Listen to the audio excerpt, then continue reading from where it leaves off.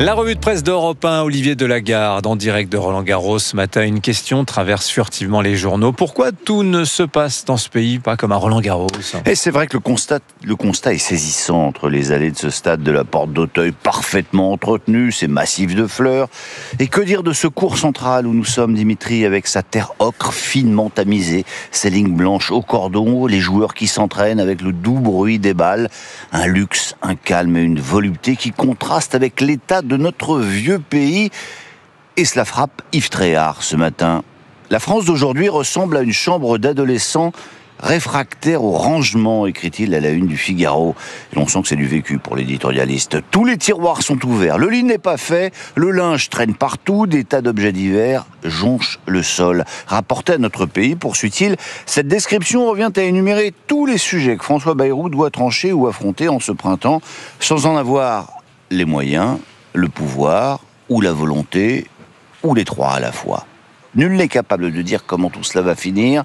Ainsi va la fin du macronisme, soupire mon confrère.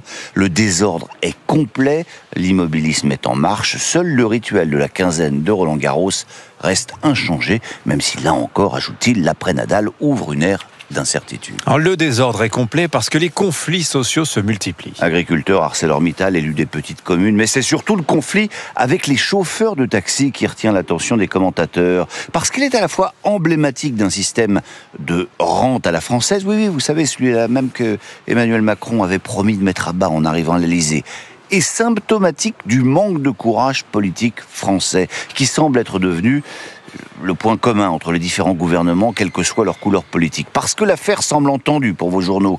En recevant les taxis en personne, samedi, François Bayrou a préparé les esprits à, au mieux, un geste, au pire, une reculade. Or, sur le papier, l'affaire de ces transports sanitaires semble pourtant simple, explique Cécile Cornudet des Échos, qui résume ainsi les choses.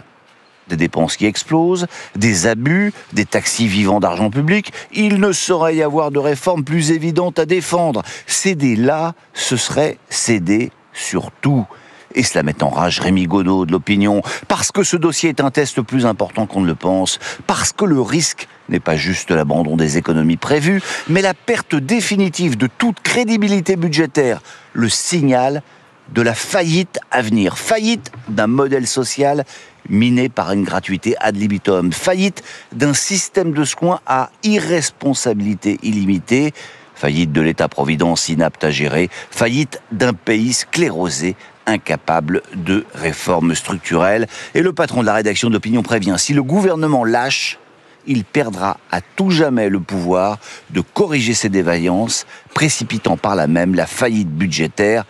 Fermez la porte, éteignez la lumière. Alors justement, la lumière s'est éteinte samedi à Cannes. Et l'affaire inquiète le Parisien aujourd'hui en France, qui lui consacre sa une. En 2 jours, cette région a subi 3 sérieux actes de sabotage et s'est retrouvée sous la pression d'un blackout massif durant de longues heures, écrit Mathieu Galante. Et l'ombre de l'ultra-gauche plane sur ces actes de malveillance. Alors, il faut être prudent, souligne le journal. La piste d'une tentative de déstabilisation d'un pays extérieur n'est pas exclue. Ce que l'on peut dire avec certitude, c'est que ces sabotages ne sont pas l'œuvre d'amateurs. Il fallait avoir des connaissances pour s'introduire dans ces sites sensibles, s'ilègue le quotidien. Et le maire de Cannes, lui, oscille entre colère et écœurement. C'est grotesque, déclare David Lisnard aux Parisiens, car ceux qui sont perturbés, ce sont les vrais gens, ce ne sont pas les participants du Festival de Cannes dans un palais doté d'un groupe électrogène. À la une également des journaux, Olivier Delagarde, le texte sur l'aide à mourir. À la veille du vote solennel de cette loi, la Croix a fait un travail formidable d'explication de ce texte qui aura beaucoup fluctué. Et d'ailleurs, la première bataille aura été sémantique. On parle donc d'aide à mourir, beaucoup plus politiquement correct que de suicide assisté ou euthanasie. Mais à l'heure de porter un jugement en conscience sur ce texte, peu importe les mots, la Croix le dit sans détour, cette loi n'est pas un progrès, explique Anne Ponce à la une du journal. Alors il y aura aussi tous ceux que ce texte réjouira, mais l'Opinion publie également la lettre d'un député macroniste, Pierre Cazeneuve, qui ne cache pas son désarroi. Certes, il soutiendra le texte, mais il s'adresse ainsi à ses lecteurs, à ses électeurs, pour leur faire part de ses doutes. Il aurait préféré, à l'image de nombre de députés saisi d'un malaise, écrit-il, laisser la question faire l'objet d'un référendum. Mais on va terminer de manière beaucoup plus joyeuse avec quelqu'un qui, s'il n'est pas immortel, en tout cas, n'est pas prêt d'être oublié. Rafael Nadal, de cérémonie d'hommage hier, ici même à Roland-Garros, où nous nous trouvons ce matin sur Europe 1. Je ne m'y attendais pas, je ne savais rien de la cérémonie, a déclaré le jeune retraité espagnol au cours d'une conférence de presse pleine à craquer, raconte l'équipe ce matin. La seule chose que je savais avant d'y aller, c'est qu'il y aurait une vidéo en entrant sur le cours, puis mon discours et ensuite quelques surprises. Mais il ne voulait pas que je sache. Non, nous ne sommes pas Gare Montparnasse, mais bien sur le cours central de Roland-Garros. C'est David Loriot qui nous relate cette affaire.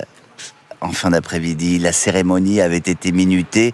Elle ne devait pas excéder 35 minutes, elle en a fait 45, étirée par les ovations. Il flottait dans l'air comme une douce frénésie, et quand Nadal s'empara du micro, la cérémonie prit la dimension qu'elle devait avoir, sincère, authentique et juste. Merci Olivier Delagarde, la revue de presse d'Europe. Effectivement, tout Rafael Nadal. Ce qui est drôle, c'est que la plaque Rafael Nadal qui a été apposée hier dans le cours central, dans la terre battue du central, ce sont les préparateurs de la terre battue qui viennent la photographier, se mettre en scène, se prendre en selfie devant, tandis que le rapace qui chasse les pigeons flotte dans l'air comme ça à la recherche de ses proies sur ce cours Philippe Chatrier. On y est bien à Roland-Garros sur Europe 1.